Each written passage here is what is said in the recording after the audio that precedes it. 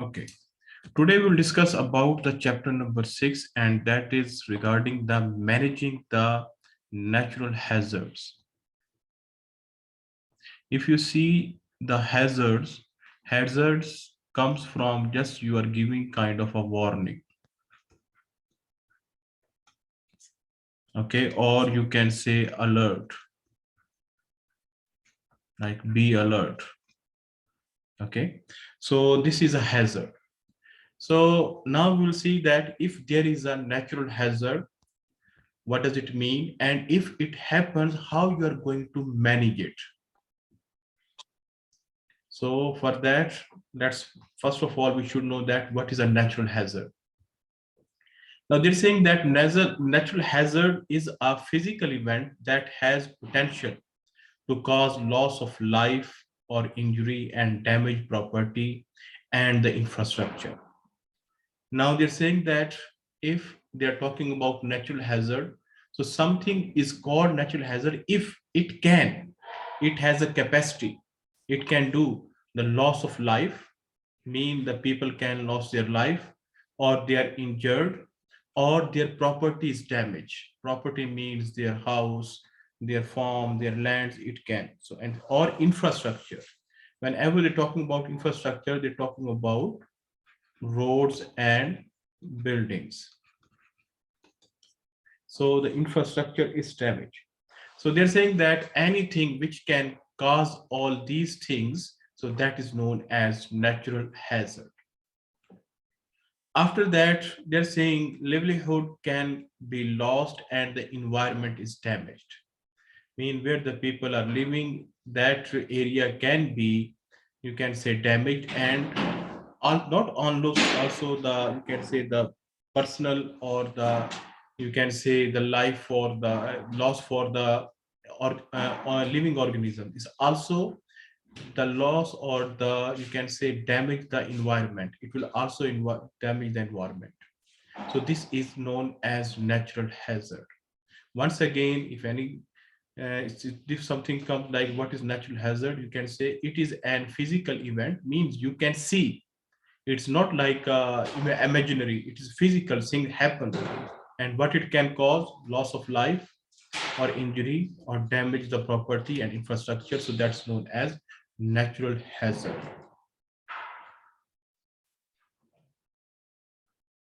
Now you can classify natural hazard into, you can say, two main categories. Number one is known as geo sorry number one is known as geological hazard. If you see the geological, geo means earth, it means they are related to earth, like earthquake, like volcano eruption when volcano comes out. So these type of natural hazard, they are known as geological, because they are caused by due to the some you can say change, or some, you can say, uh, underground things, like you can say, if you talk about earthquake, they come due to tectonic plates, and if you see volcano, they come the lava under the ground. So all this geological means they related to the ground. Okay. After that, that other type is climatic hazard.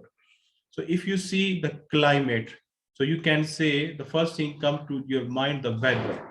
It means that something which is caused by the climate. There is a small difference between weather and the climate. Weather, you can see that it is a, you can say, a short time. Okay, a short time condition. For example, now weather is cloudy, weather is raining, like this. Climate means it prevail for months. Like for example, Saudi Arabia, they say its climate is really hot. So climate means something which prevail for most of the time. So this one. So other is climate hazard, in which you have drought, means that no water. The people, they are always struggling for water, especially in north of Africa, and all these things happening. Tropical cyclone comes, cyclone comes due to weather condition, and also floods. So all these conditions, they are caused by the climate or weather, so they are known as climatic hazard. So this is the second type. So there are two types of the natural hazard. One is geological, this one, and it means the earthquake, volcanic eruption. Number two, it is climatic hazard, means drought, it means tropical cyclone and the flood. After that, we will discuss about the natural disaster. They are using this word a lot. What is a natural disaster? Now, you know that the we talk about natural hazard. Let's say we talk about the flood. Let's suppose the floods comes in climatic natural disaster. Now, sometime you know that flood comes, and the quantity of the flood is not that much. It comes only in, you can say, rain season, and the water level rises little bit, not much. It means it will not cause any damage. But if the flood become more severe, if the flood become more severe, and it can cause serious disruption, or you can say that it can cause the death, it can cause the loss of property. So in that is known as disaster. Disaster means that something really went upside down. Natural disaster. You know, sometimes you're very angry and the things are messed up a lot. You say, what this disaster? Who made this disaster? So disaster means that something has become really serious. If the flood become really serious, it can be natural disaster. If earthquake came and become really serious, it kill a lot of people, destroy the building, roads, and all this one. That's also natural disaster. If there is volcanic eruption is there, and at that time,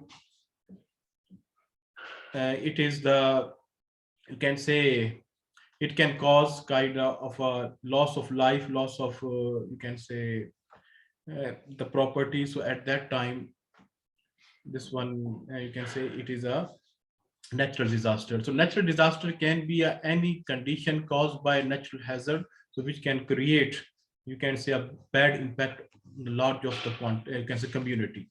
So that is known as natural disaster. Now, the natural disaster, how it can impact the community. Other word, you can say that how much loss it can cause.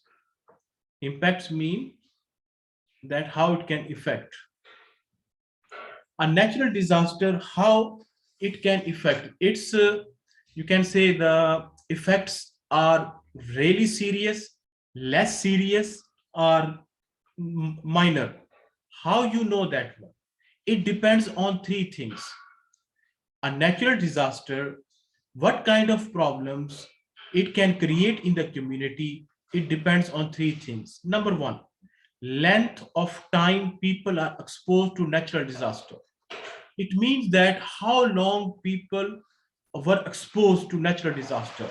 For example, if you have a flood, and the flood, it remains for, let's say, 7 days, and there is another flood which remains only for 3 days. After that, the water level comes down. So the 7 days one will cause more bad impacts as compared to 3 days, because for 7 days the people remain in natural hazard for a long time as compared to 3 days. So this is the first thing. After that, vulnerability of the people affected, mean how serious the people are affected. For example, now that if the flood will come in Khartoum, let's suppose, and Khartoum, you know, very populated, lot of people are living in the Khartoum. But if the same flood, it came in an area like a village side, understand? So village side, first of all, they don't have any, you can say, They don't have too much population, first of thing, and they don't have much resources. If something happens here, it is affected, so it will take time for the rescue and other things to reach here. So if you have in Khartoum and you have in a village, so in Khartoum you can rescue the people more quickly as compared to a far village. That can be one thing. Number two, that if Khartoum is very crowded, so here more people will be affected. In village, you know that there is a village all empty space. If the flood comes, only this village will be affected, and we can say less people are living there, so it will be population of the people which is affected, it is less. So this is the second thing. After that, the people who are living there, they have an ability to cope with the effects. For example, let's say flood comes. If the flood comes, maybe the people will go to high places. Maybe the people can use boats. Got it? Maybe the people will move from, for example, if there is a flood, people will move from one place to another. So in the flood, people can arrange, people can help themselves by moving to high places, by using the boats. But if the earthquake comes, if there is an earthquake, people cannot do anything. People cannot, you can say, save themselves, because earthquake, where they will go? It's all around. So it means people cannot fight or cannot cope with the earthquake. But for flood, okay, maybe they can help little bit. So how much people affected, it depends that they can cope, they can fight, they can work against the natural disaster or not. So this is the second thing. The third thing. So once again, how much people are affected from a natural disaster, it depends on how long they remain in the natural disaster. Number two, that how much the people are affected there. Number three, that people can fight with that natural disaster or not. People have ability to fight that natural disaster or not. Like this. Okay. For example, if you have a volcano, in volcano, okay, whenever we have a volcano, they will give the warning before that, and people can move from that place to another place. But earthquake doesn't have any warning. It comes suddenly.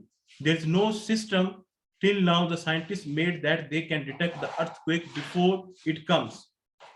Okay, for volcano, people can cope with it and they move from safe place, dangerous places to safe places. But earthquake you cannot do. So it also depends on the which type of natural disaster. According to that, you can see how much people are affected by that.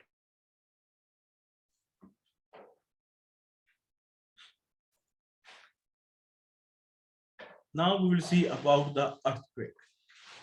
Now, before going to detail that how the earthquake comes, we should know, we should understand the structure of the earth. Remember the first chapter we talk about the structure of the earth, and we say it has an inner core, it has an outer core, then it has a mantle, and then up you have the surface of the earth. So like this is the main structure. Now they're saying that inner core of the earth, it has solid iron and nickel, this inner core. After that, outer core, you have iron and nickel, but in which form? Liquid form. Then you have mantle. Mantle, you have magnesium and iron silicates, they are there. Now, if you see, this is the structure. It means that you have the liquid here, molten, and which are molten? Iron and nickel. So this is the basic structure of the earth. But now we'll go in detail how it look like. See here in more detail. For example, now if you see here, so this is the inner core. This part. This is the inner core. It is ridged. Ridged mean strong, or you can say hard. This is ridged. Then you have outer core. And what is outer core? This one, this is what? Liquid, fluid, liquid. After that, you have lower mantle, more rigid than the asthenosphere, but capable of flow. Little bit, you can say harder than this one, but still it can flow. Okay, so like this. Then we will talk about that asthenosphere. In asthenosphere, it is ductile. Ductile means something. For example, you have something in physics, maybe you studied this one. When you hammer it, for example, you can hammer it. If it break down, so this is known as brittle. But if you have something and you hammer it and you convert into wire, so that's known as ductile. Ductile means something you can make the shape by hammering it, you can make the wire through it. That's known as ductile. So it means that if this one you can make it, you can say when you press it, it can change the shape. So just forget about all this one. So it is just like for your introduction. So mainly they're saying that this is the molten. Let's say you have, I give the example. Let's say you have a water in the leak, this one in the container. Now what I will do, I will take the piece of wood. Let's say this is the piece of wood. There's another piece of wood. There's another piece of wood. I will have to change the color.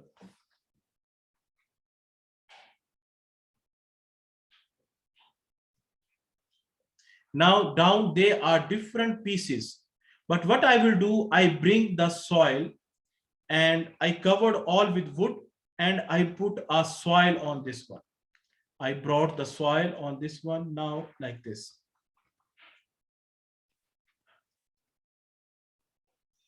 Up I put the soil and that soil, it is now like one, not in pieces. It's like one place. Then what I did, I put the grass on this one and grass is growing because it has a soil. If you see down, this is wood, all wood pieces. But over this we have a soil and here you cannot feel anything because it's straight here. But down you have the wood and they are floating in water. If I will jump here on this one, I can feel these wood blocks going up and down. So in the same way, if we have our earth, in earth you have here molten liquid. Which liquid? Molten iron. Above that we have the soil, this one. Here we cannot feel anything. Under this one we have plates, different plates, like a wood pieces, you have a plates. On these plates, then you have the soil and then you feel like that nothing, only you have a soil. But under the soil you have small plates. These plates are known as tectonic plates.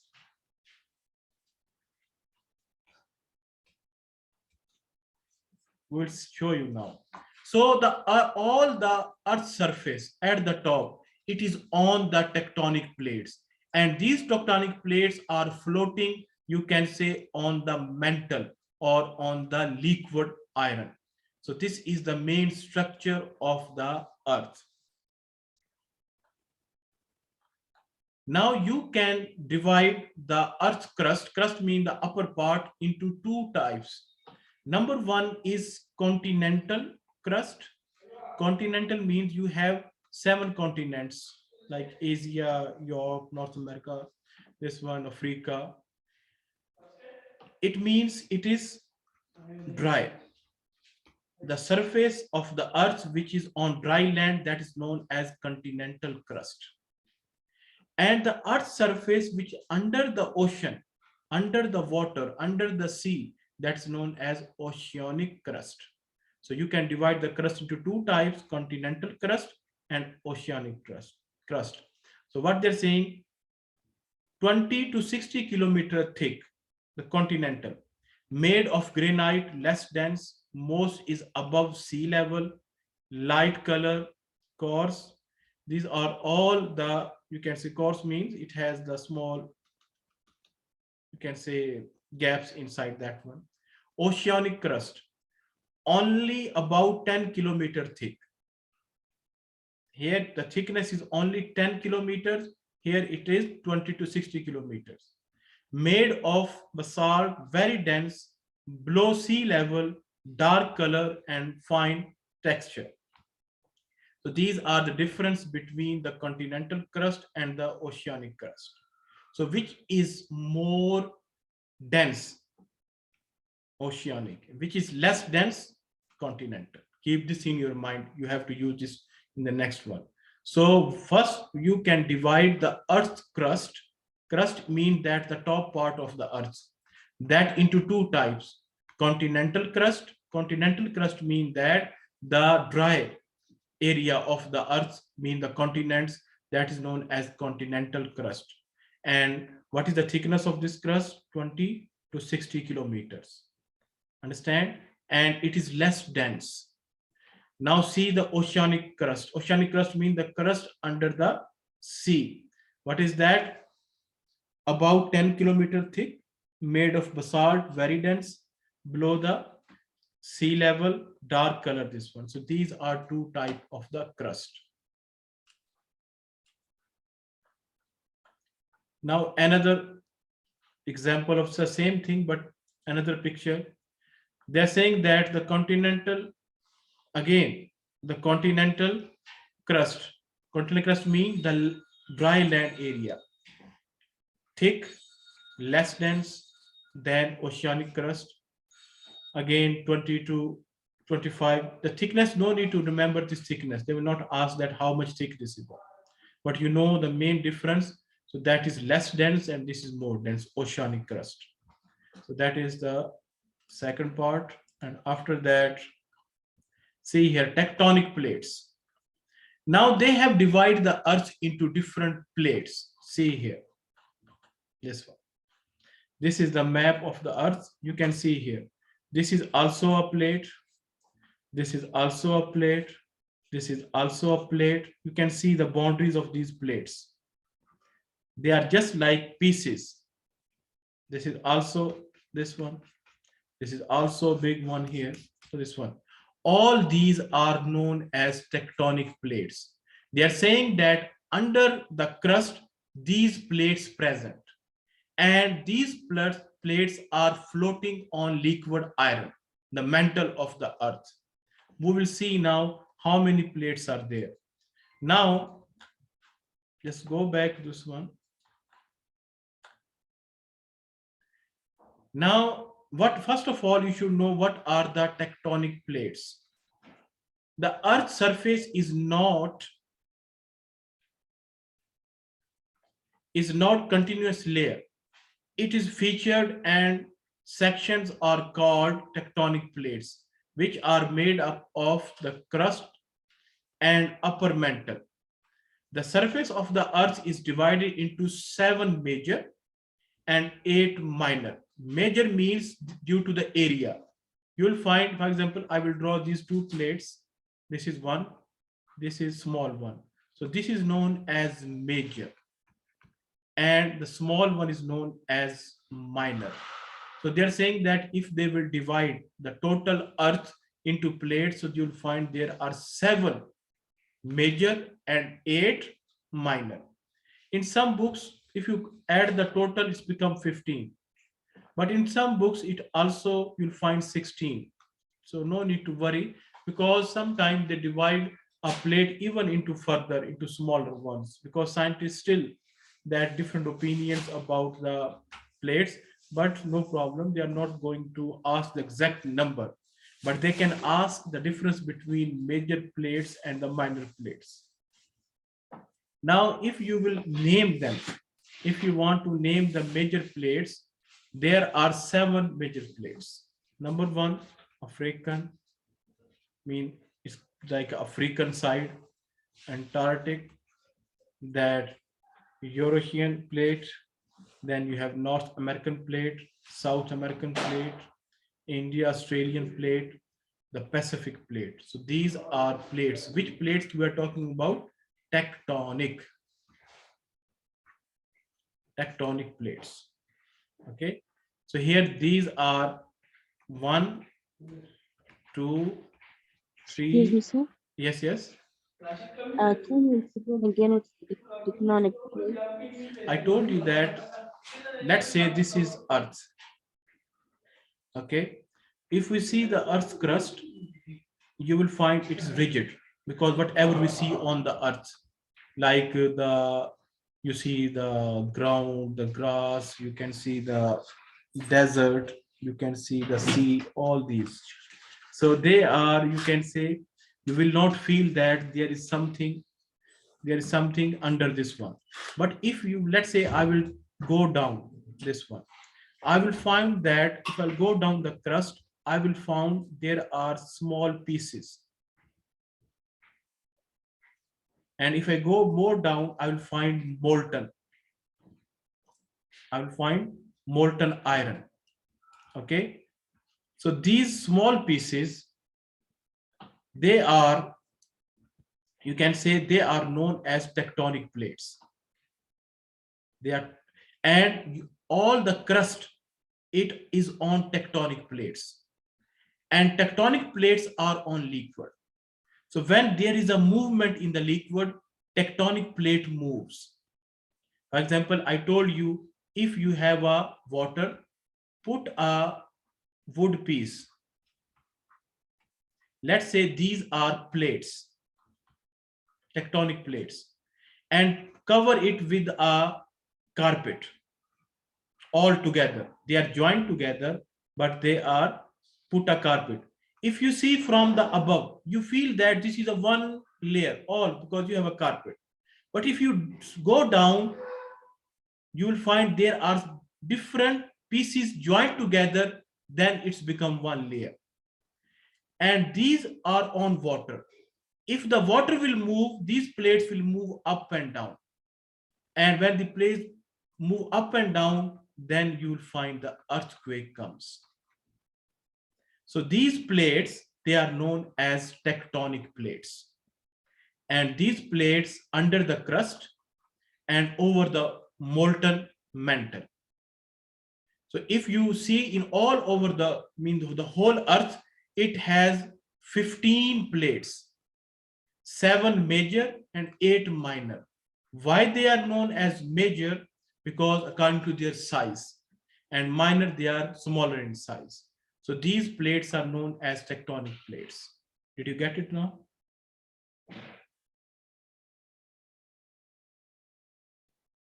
Hello. Yes, sir. So this is about there's something like, that you have a water. Why I'm giving the water example, because it's easy to understand. So if you have two pieces of wood, maybe they have a small gap between them, but if you put a carpet on them and they are over the water, so if the water will move, you will find there's a small vibration up and down. So these wood piece, consider they are plates. The water, you consider it is molten iron. And this above this one is known as crust. So it means these plates are under the crust and over the molten iron. When the molten iron moves up and down, it means that these plates moves and this crust also disturbed. Then earthquake comes. Got it?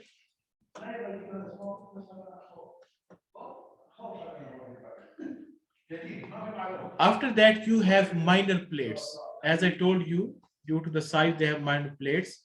You have the Arabian plates, Caribbean plates, Nazca plates, Scotia plates,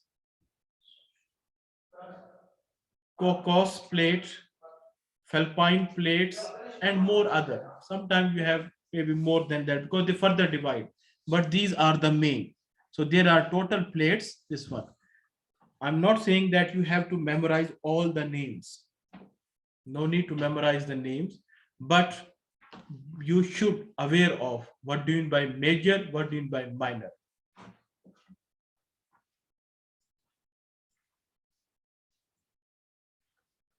Now they have divided this one. Okay, now see, this is major. For example, here they have Pacific plate. This is, they have Eurasian plate. You have African plate, Indian Australia plate, okay, North American plate, like this. So these are major plates are there. So these are the plates boundaries. This one, see, for example, if I talk about African plate, see, this is a boundary.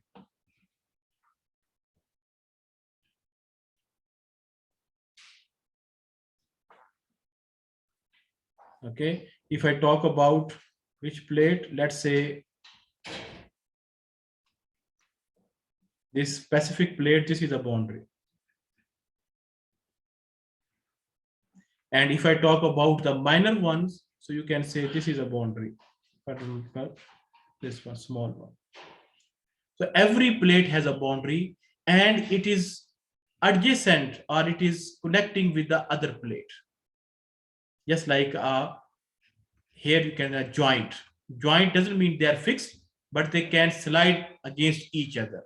So these are the tectonic plates. This is the distribution of the tectonic plates and zone of tectonic activity. Whenever these plates move, these plate moves, so then that activity is known as tectonic activity. We'll see it now here.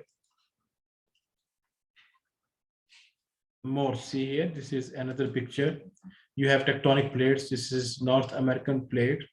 Then you have Pacific plate, and these ones you can see here, they are minor, small ones. This one, and this is big one. Indian plate is a small one, minor, but if you talk about Indo-Australian plate, it's a big one, Pacific plate. So this is, they are under the earth, and these plates, they are, you can say, slide against each other.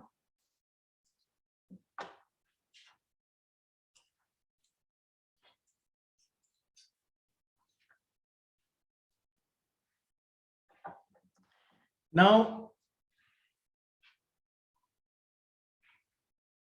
see this one. These plates, they can be continental, they can be oceanic, and can be mixture of both. Now, if you talk about the plate, for example, this is the plate, one plate, tectonic plate. Maybe it's above this one. Maybe half area is dry and half area it has a sea above up. This one. So this is known as mix. This is continental part, and this is the oceanic part. And sometimes you find the tectonic plates, only water is above this one, the whole like a ocean, and the over the this one, that's known as oceanic.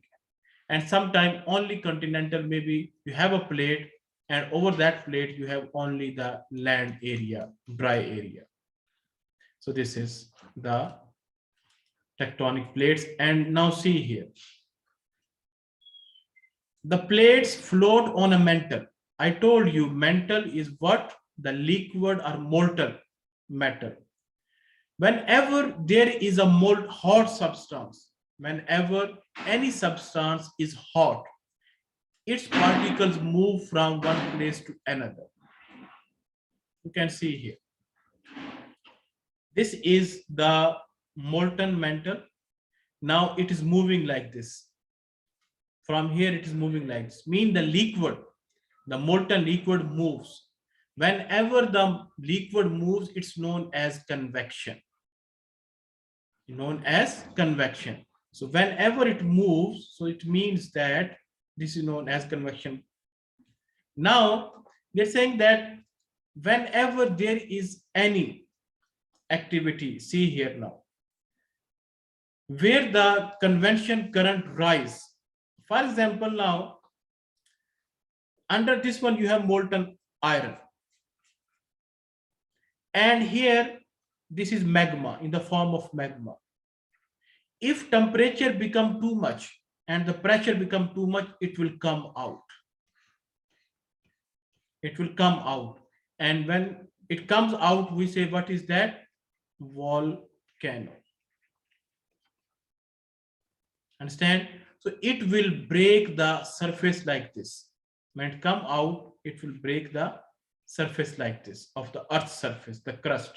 So this is known as constructive plates boundary, where the convection current rise to the surface. Here you have molten, but it rise to the surface, and due to that one, plates move away from each other. This plate going to this direction, this plate going to this direction. So this is known as what? The constructive plate boundaries. Once again, if the molten lava comes out, it moves the plates away from each other.